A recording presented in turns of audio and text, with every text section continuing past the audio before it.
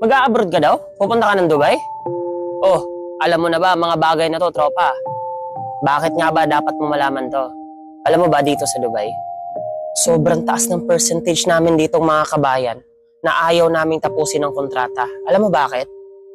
Isa yung culture shock. Nako-culture shock kami dito.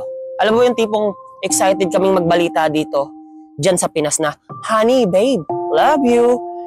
2 weeks na ako dito sa trabaho ko. Mapapagawa na natin yung bahay." Yung bahay ha, si Dudong pala gagraduate na. 3 hollow blocks na lang yung kulang ha. Pero after 1 month, gusto ko nang umuwi, tulungan mo ko. Hindi kita masisisi, tropa, kung bakit ka nagkakaganyan. Culture shock. Tanggapin natin ang masaklap na katotohanan na Pilipino tayo. Hindi tayo Western. Hindi tayo special dito. Okay? Dubai, masakit mang tanggapin, pero naka-base sa nationality kung magkano lang ang sahod mo dito. Pilipino, okay. Mas okay yung sweldo natin sa India, Pakistan, sa Bangladesh, sa Nepal. Pero pagdating sa puti, wala tayong panama. Iba. Tanggapin natin yon. Culture shock dito ang dahilan kung bakit ayaw nilang tapusin ang kontrata. Alam mo kung bakit? Akala kasi nila pagdating nila dito, langit, yung tipong paglingon mo dito, pagbalik mo, mayaman ka na. Hindi.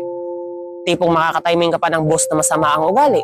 Yung tipong nananakit, ng mamaltrato. Pangalawa, tropa, alam mo? Yung pinirmahan nilang kontrata, hindi tugma sa trabaho talaga. Yung sobrang haba ng trabaho. Pero yung oras ng pahinga, konti lang. Nangyayari to sa mga domestic helper. Kasunod yan, sobra sa trabaho. Pero yung sweldo, sobrang baba. Sumama pa dyan yung sobrang nagmamahal na yung renta sa Dubai. Tapos mawawala pa daw yung partition dito. Paano na? Yung mga 2,500, 3,000 lang. Pero ito, tropa, para sa mga kabayan kung atat na atat nang mag-resign sa trabaho nila, may mensahe lang ako.